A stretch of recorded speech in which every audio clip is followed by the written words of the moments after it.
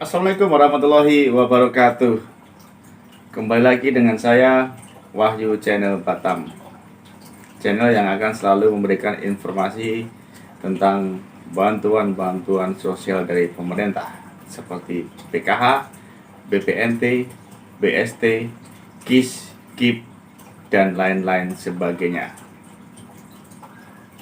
Apa kabar Sobat Wahyu semuanya? Tentu sudah tidak sabar ingin mendengar atau ingin mendapatkan informasi dari saya, dari Wahyu Channel Batam. Bapak Ibu, terima kasih sudah mengikuti channel saya dan sudah like dan sudah subscribe dan share channel saya ini sehingga channel saya ini semakin berkembang. Bagi Bapak Ibu yang baru menonton ataupun baru bergabung dengan channel saya, jangan lupa di like dan subscribe juga supaya channel saya ini lebih berkembang dan akan dapat memberikan informasi-informasi tentang bantuan sosial dari pemerintah yang lebih banyak lagi dan lebih luas lagi menyangkut ke seluruh Indonesia. Bapak Ibu, dalam kesempatan hari ini saya ingin menyampaikan beberapa hal tentang bantuan PKH, yang mana beberapa hari yang lalu sudah cair untuk sebagian lagi masih menunggu pencairan dari Kementerian Sosial. Kita tahu banyak masyarakat yang sangat membutuhkan bantuan ini dan sangat memerlukan bantuan ini, sudah menunggu-nunggu dan bertanya-tanya kapan bantuan ini cair. Dan alhamdulillah sebagian dari penerima PKH sudah mengambil manfaat ataupun sudah mengambil bantuan tersebut di bank-bank terdekat sesuai dengan bank penyalurnya. Bapak Ibu, banyak yang bertanya-tanya kenapa bantuan PKH-nya kok tidak sama. Di video yang lalu sudah saya jelaskan berapa besaran untuk masing-masing komponen dari penerima PKH tersebut. Tapi masih banyak juga yang bertanya, kok besarnya tidak sama dengan komponen yang saya punya? Apa masalahnya? Begini, ketika ada anak balita di dalam suatu rumah tangga, itu harus segera dimasukkan ke dalam KK keluarga. Sekarang bantuan sekarang sudah disinkronkan dengan data di Dukcapil. Jadi ketika anggota PKH sudah mempunyai anak balita tersebut harus segera dimasukkan ke dalam KK supaya komponennya bisa tercatat sebagai komponen bantuan PKH. Bapak Ibu, untuk komponen yang pertama adalah wanita hamil. Wanita hamil itu ada batasannya. Tidak setiap kehamilan dapat bantuan oleh pemerintah melalui program PKH. Wanita ketika hamil atau ibu ketika hamil, dia hanya dibatasin maksimal itu adalah kehamilan kedua untuk menerima bantuan PKH-nya. Anak pertama, anak kedua dapat bantuan, tapi begitu anak ketiga sudah tidak dapat bantuan lagi. Yang kedua adalah anak usia dini atau anak balita. Jadi anak usia dini kemarin sudah kita jelaskan besarannya adalah 3 juta rupiah. Besarnya adalah 3 juta rupiah selama 1 tahun. Berarti dalam pertahapnya berarti 750.000 rupiah. Berapa dihitung dalam satu keluarga itu untuk anak balita itu? Anak balita dihitung maksimal 2 anak saja.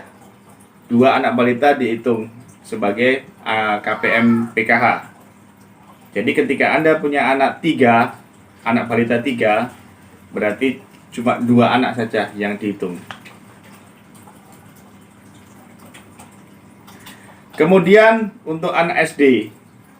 Anak SD kemarin sudah kita ketahui besarnya Rp900.000 dalam 1 tahun. Itu hanya maksimal dihitung 1 saja. satu anak saja yang dihitung.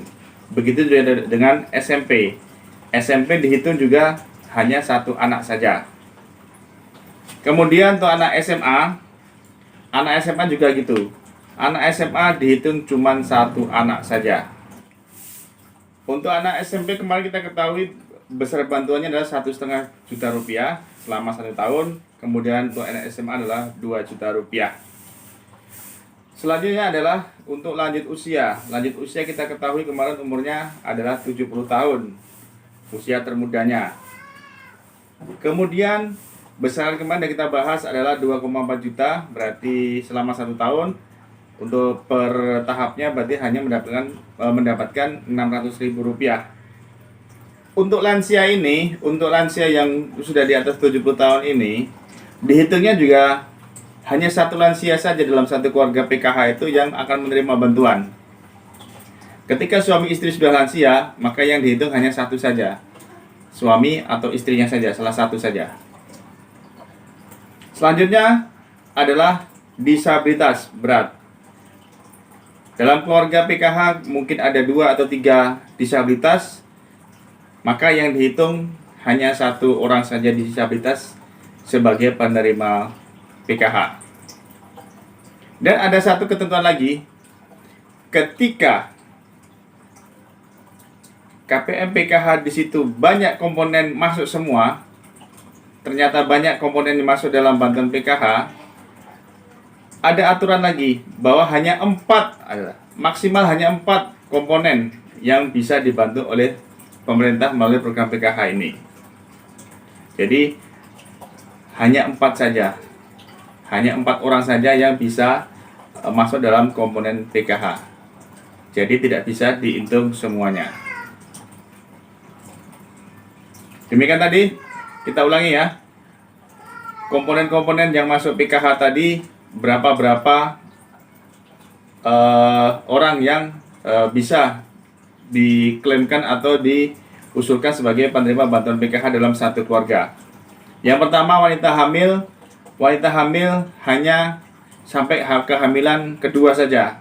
2 kali kehamilan bisa dimasukkan dalam program bantuan PKH.